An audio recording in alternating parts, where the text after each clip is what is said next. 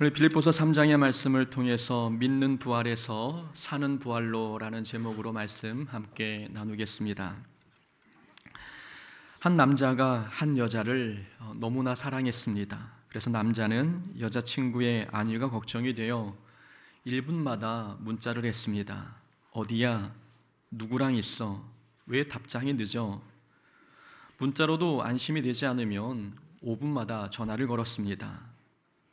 여자가 바빠서 전화를 늦게라도 받으면 불같이 화를 냈지요. 또한 전화를 받지 아니하면 직접 찾아가 고성을 질렀고 물건을 집어 던지기도 했습니다. 그러면서 늘 하는 말이 내가 다 너를 사랑해서 그러는 거잖아 라고 이야기했습니다. 여러분들이 이 남자의 모습이 정말 사랑하는 모습이라고 생각하십니까? 아마 그렇게 생각하는 분은 계시지 않을 것입니다. 이건 사랑이 아니라 괴롭히는 것입니다. 아니에요. 저는 정말 제 여자친구를 사랑합니다 라고 남자가 아무리 목청 높여 외쳐도 그 말을 믿는 사람은 아무도 없을 것입니다. 사랑은 말로 증명하는 게 아니라 행동으로 증명하는 것이기 때문입니다. 사랑만 그러겠습니까? 신뢰, 존중, 존경, 책임감 이런 것도 말이 아니라 행동을 통해 증명됩니다. 저는 부모님을 존경합니다 라고 말하면서 행동에는 전혀 존경하는 모습이 없다면 그 말은 진심이 아닙니다. 존경한다면 순종과 신뢰와 감사의 태도가 삶으로 보여져야 하기 때문입니다. 이렇게 우리 삶에는 말이 아니라 행동을 봐야 아는 것이 있습니다. 믿음도 마찬가지입니다. 믿음의 유무도 말이 아니라 행동, 곧 삶을 통해 드러납니다. 믿음이 있다고 하면서 말씀에 순종하지 않고 예배 중심의 삶을 살지 않는다면 아무도 그 사람에게 믿음이 있다고 생각하지 않을 것입니다. 특히 부활신앙이 그렇습니다. 예수님의 부활을 믿는 이 부활신앙은 말로 증명되는 것이 아닙니다. 나는 예수님의 부활을 믿습니다. 예수님께서 부활하신 것처럼 저도 부활할 것을 믿습니다 라고 아무리 목청 높여 주장해도 그 사람에게 부활신앙이 있는지는 삶을 봐야 알 수 있습니다. 예수님께서 잡히시던 밤에 베드로가 예수님을 모른다고 3번이나 부인했습니다. 자신이 예수님의 제자라는 사실이 드러나면 본인도 붙잡혀갈 수 있는 두려움 때문이었습니다. 이때 베드로의 모습을 보면 그에게 부활신앙이 있다고 말할 수 있겠습니까? 그렇지 않습니다. 반면 사도행전 4장에 보면 종교 지도자들이 베드로를 위협하고 겁박하는 장면이 나옵니다. 다시는 예수의 이름으로 말하지도 말고 가르치지도 말라라고 종교 지도자들이 경고했습니다.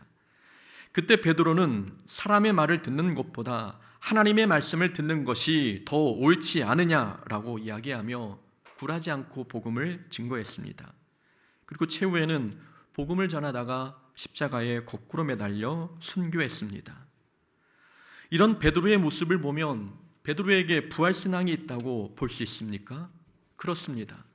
베드로의 변화된 삶이 베드로에게 부활신앙이 있음을 증명해 줍니다. 이처럼 부활신앙은 삶으로만 증명됩니다. 베드로의 담대함, 죽음을 두려워하지 않았던 스데반 집사, 순교로 믿음을 지킨 야고보, 그리고 감옥 안에서도 찬송했던 바울, 이들의 삶을 보면 그 삶이 그들에게 부활신앙이 있음을 증명해 줍니다. 그리고 동시에 예수님께서 참으로 부활하셨다는 사실까지 증명해 줍니다. 부활신앙은 이렇게 삶으로 증명되는 것이고 예수님의 부활 역시 성도의 삶을 통해 증명됩니다. 예수님의 부활은 2000년 전에 일어난 사건입니다. 지금은 그 부활을 직접 목격하고 본 사람이 아무도 없습니다. 그래서 성경 속 초대교회 성도들은 예수님의 부활을 말이 아니라 자기의 삶으로 증명하려고 힘썼습니다. 고린도전서 15장에서 사도 바울이 이렇게 이야기합니다. 만일 죽은 자의 부활이 없으면 그리스도도 다시 살아나지 못하셨으리라. 여러분 이 순서를 한번 잘 눈여겨보십시오. 죽은 자의 부활이 없으면 그리스도도 다시 살아나지 못하셨으리라. 바울은 죽은 자의 부활을 언급했고 죽은 자의 부활을 통해 예수님의 부활을 증명하려고 힘썼습니다. 이 죽은 자의 부활이란 우리 영혼이 죽음에서 생명으로 옮겨진 것을 의미하고 더 나아가 성도의 변화된 삶을 뜻합니다. 그런데 우리가 보통 부활을 설명하려면 이렇게 말해야 맞지 않습니까? 그리스도의 부활이 없으면 죽은 자의 부활도 없었을 것입니다.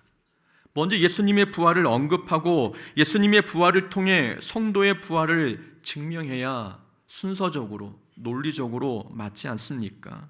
예수님이 부활하셨으니 우리도 부활할 것입니다. 이렇게 말하는 게 훨씬 더 이치에 맞아 보입니다. 그런데 바울은 거꾸로 증명하고 있습니다.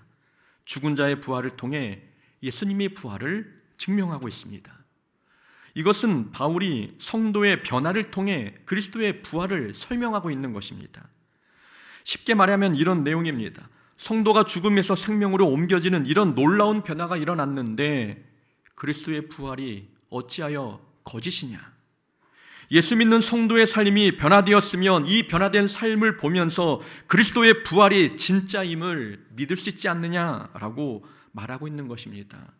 바울은 이렇게 말하는 이유, 예수님의 부활은 성도의 변화된 삶을 통해 증명할 수 있기 때문입니다.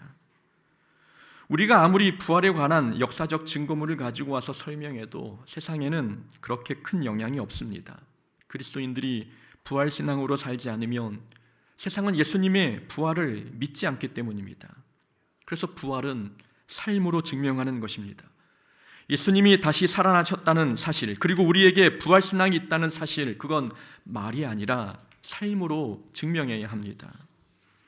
그래서 오늘 설교 제목이 믿는 부활에서 사는 부활로입니다.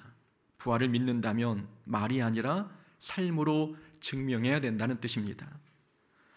부활신앙으로 사는 사람을 성경에서 한 사람 꼽으라면 단연코 사도 바울입니다. 바울은 예수님을 만난 후 삶이 180도 바뀌었습니다. 예수 믿는 자를 죽이고 교회를 핍박하던 사람이 부활의 예수님을 만난 후 복음 전하는 일에 목숨을 거는 사람으로 변화되었습니다. 오늘 본문에서도 바울은 감옥에 갇힌 상태였지만 이렇게 고백하고 있습니다. 내가 그리스도와 그 부활의 권능과 그 고난의 참여함을 알고자 하여 그의 죽으심을 본받아 어떻게 해서든 죽은 자 가운데서 부활에 이르려 하노니. 바울은 지금 고난에서 벗어나려고 힘쓰는 게 아닙니다. 이 고난과 죽음을 통해 그리스도를 더 깊게 알 수만 있다면, 그리고 이 고난과 죽음을 겪는 것이 주님 가신 길을 따라가는 길이라면 기꺼이 받아들이겠다고 고백하고 있는 것입니다. 사도 바울의 삶을 들여다보면 이 바울은 평안할 때나 고난을 당할 때나 오직 그리스도만 바라보고 있습니다. 이것이 부활신앙입니다. 부활신앙을 가진 성도는 삶의 길이 항상 반듯합니다. 삶이 흔들리지 않고 좌로나 우로나 치우침 없이 한결같다는 뜻입니다. 내가 이미 얻었다 함도 아니요 온전히 이루었다 함도 아니라 오직 내가 그리스도 예수께 잡힌 바 된 그것을 잡으려고 달려가노라. 바울의 고백입니다. 바울은 누구보다 예수님과 가까이 교제했고 누구보다 열심히 주를 위해 충성했습니다. 많은 교회를 세웠고 많은 성경도 기록했습니다. 그런데 바울은 고백하기를 내가 이미 얻었다 함도 아니요 온전히 이루었다 함도 아니라 라고 고백합니다. 아직 본인에게 주어진 사명이 다 끝난 것이 아니니 현실에 안주하지 않고 계속 헌신하고 충성하겠다는 고백입니다. 바울의 이런 삶을 보면 그는 어떤 상황에서도 흔들리지 않고 오직 한 길만 걸었습니다. 큰 위기와 실패를 겪고도 좌절하지 않았고 영광스러운 업적을 이루었어도 그 영광에 도취되어 교만해지지 않았습니다. 사람들이 힘들게 해도 낙심하지 않았으며 환경이나 조건이 방해해도 사역을 포기하지 않았습니다. 핍박이 오면 핍박을 감당했고 풍랑이 치면 풍랑을 견뎌냈습니다. 힘들다고 해서 더 빠른 길, 더 편한 길을 찾지 않았습니다. 오직 하늘의 상급을 생각하면서 흐트러짐 없이 앞만 보고 걸어갔습니다. 바울의 삶이 이토록 올곧고 일관될 수 있었던 이유는 바로 무엇 때문이겠습니까? 성도의 삶의 끝은 항상 영광이고 승리임을 알고 있었기 때문입니다. 이것이 부활신앙입니다. 바울은 지금 당장은 손해를 보고 지금 당장은 고난을 당해도 부활의 예수님께서 모든 것을 바로잡으실 것을 믿었습니다. 이 끝에 결과는 승리임을 알았던 것입니다. 죽음을 이기신 예수님이시라면 풍랑도 순풍이 되게 하시고 핍박도 선을 이루는 도구가 되게 하실 것을 바울은 믿었습니다. 그래서 바울의 삶은 환경에 따라 흔들리지 않았습니다. 이미 결과를 알고 가는 인생길이었기에 죽음의 위협이 코앞에 닥쳐도 세상과 타협하거나 도망가지 않았습니다. 이것이 부활신앙을 가진 사람의 모습입니다. 그러나 부활을 믿지 못하는 자들은 상황에 따라 삶의 방향이 바뀝니다. 형편이 좋을 때는 열심히 신앙생활 하다가 조금만 어려움이 찾아오면 금세 낙심하고 무너집니다. 사람의 말 한마디에 흔들리고 환경이 조금만 바뀌어도 마음이 요동칩니다. 잘 될 때는 교만해지고 안 될 때는 불평하며 힘들면 더 쉬운 길을 찾아 나섭니다. 이런 사람의 삶은 방향이 없습니다. 어제와 오늘이 다르고 상황에 따라 신앙의 모습이 달라지니 그 인생이 바람에 밀려 요동하는 바다 물결 같습니다. 이런 삶은 결과를 모르기 때문에 일어난 모습입니다. 부활신앙이 없으니 결과에 대해서 확신이 없고 그래서 삶이 늘 갈팡질팡하고 불안하고 두렵습니다. 부활의 능력이신 하나님께서 어떤 과정이든 어떤 결과든 합력하여 선한 결과를 이루실 것을 모르기 때문입니다. 예수님께서 우리에게 보여주신 삶은 삐뚤빼뚤한 삶이 아닙니다. 예수님은 어떤 상황에서도 늘 한 길만 걸으셨습니다. 사람들이 꺼리는 사마리아 땅으로도 들어가셨고 유대로 가면 죽는다고 사람들이 말려도 나사로를 살리기 위해 그 길을 가셨습니다. 십자가를 앞두고도 도망가지 않으셨으며 당신을 잡으러 오는 무리들 앞에 당당히 섰습니다. 상황이 아무리 요동쳐도 예수님의 삶의 길은 흔들리지 않았고 언제나 올곧고 한결 같았습니다. 예수님의 길이 고닫기에 부활이 예수님을 만난 제자들의 길도 반듯했습니다. 우리에게 부활신앙이 있다면 우리 삶도 주님의 삶 같아야 되지 않습니까? 주님이 가신 길이 올곧고 흐트러짐 없는 길이라면 주를 믿는 부활신앙이 있는 우리의 삶도 좌로나 우로나 치우치지 않고 환경에 따라 흔들리지 않고 유익에 따라서 달라지지 않고 올곧은 길, 흐트러짐 없는 길을 가야 되지 않습니까? 그것이 부활신앙을 가진 자의 삶의 모습인 것입니다. 부활신앙을 가진 자는 앞에 고난이 있든 평안한 길이 있든 주어진 사명의 길을 앞만 보고 걸어갑니다.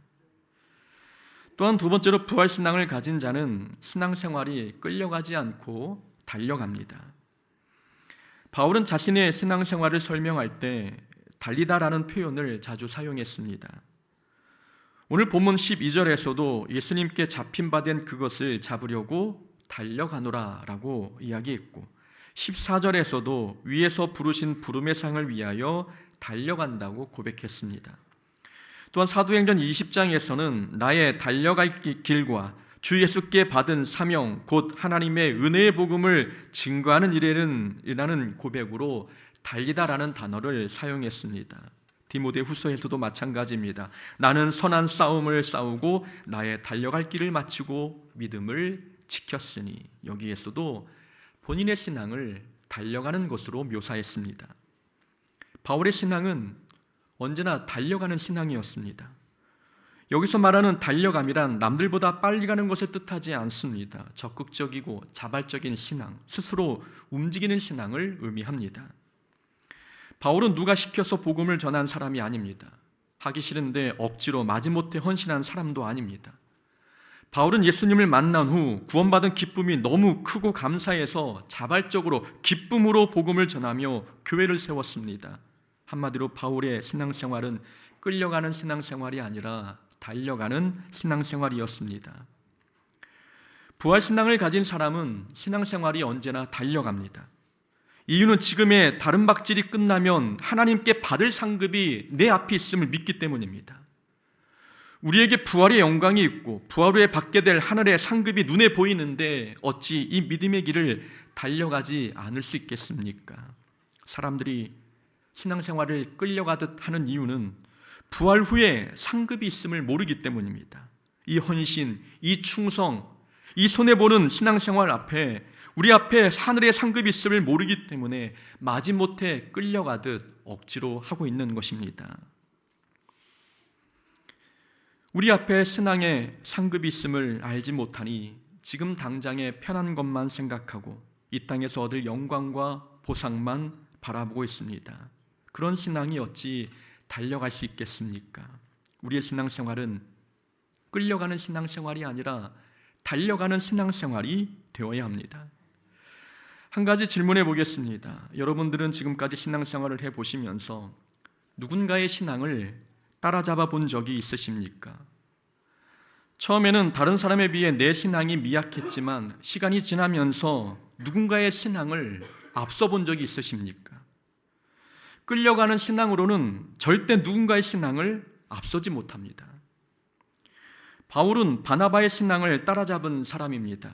물론 두 사람 서로의 사명이 다르기 때문에 누구의 신앙이 더 낫다고 단정할 수는 없습니다. 그러나 사도행전의 기록을 보면 뒤에 갈수록 바울의 영향력이 바나바보다 더 커지는 것을 볼 수 있습니다. 바울의 전도 여행을 보면 처음 전도 여행은 바나바가 주도해서 움직였습니다. 바나바의 이름이 바울의 이름보다 먼저 언급된 것이 그 증거입니다. 바나바와 바울 두 사람이 함께 전도 여행 떠날 때에 성경은 두 사람을 일컬을 때 바나바와 바울이라고 바울의 이름을 먼저 언급했습니다. 그런데 전도 여행이 진행되면서 이 두 사람을 언급할 때 성경은 바울과 바나바가라고 하며 이름의 순서를 바꿉니다. 이름이 먼저 앞에 언급되었다는 것은 뒤에 있는 사람보다 영향력이 훨씬 더 커졌다는 뜻입니다. 그러니까 바울은 자기를 가르치고 훈련한 바나바를 따라잡을 만큼 그 믿음이 성장했습니다. 바울의 믿음이 바나바를 앞설 수 있었던 이유는 그의 신앙이 달려가는 신앙이었기 때문에 가능한 일이었습니다. 이렇게 달려가는 신앙에는 신앙의 역전 현상이 일어납니다.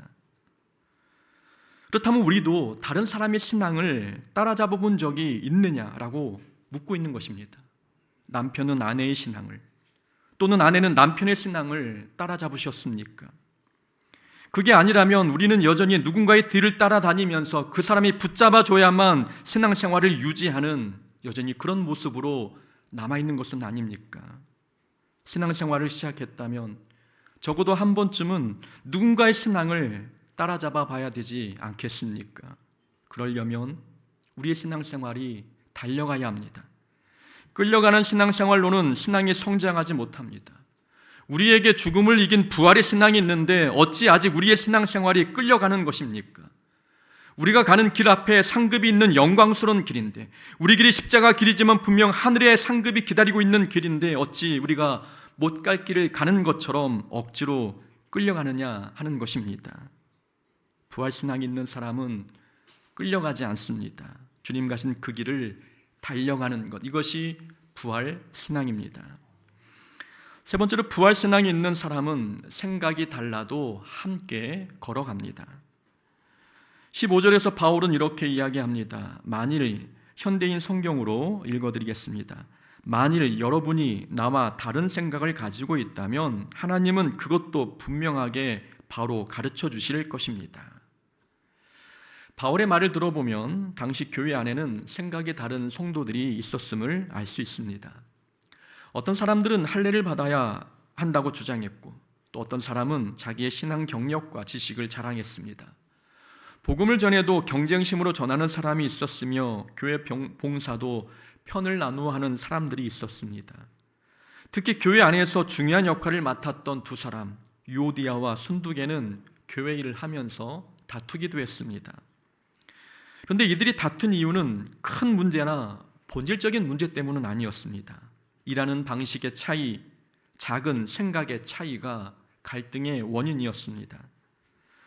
바울은 그런 성도들에게 권면하고 있는 것입니다. 만일 여러분이 나와 다른 생각을 가지고 있다면 하나님은 그것도 분명하게 깨닫게 하실 것입니다. 라고 가르치고 있는 것입니다.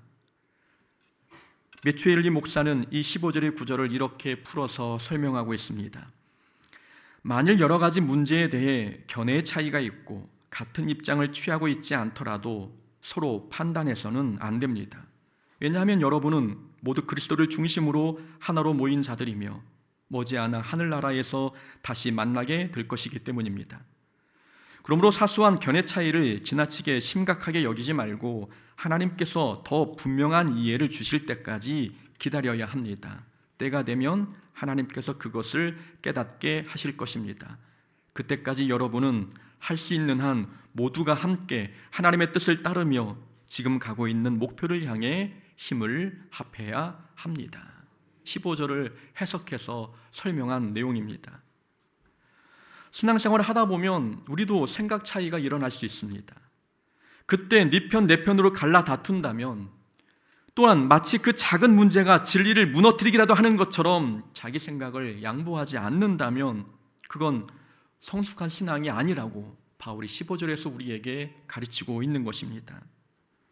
부활신앙은 주님이 우리 가운데 살아계셔서 통치하고 다스리심을 믿는 신앙입니다.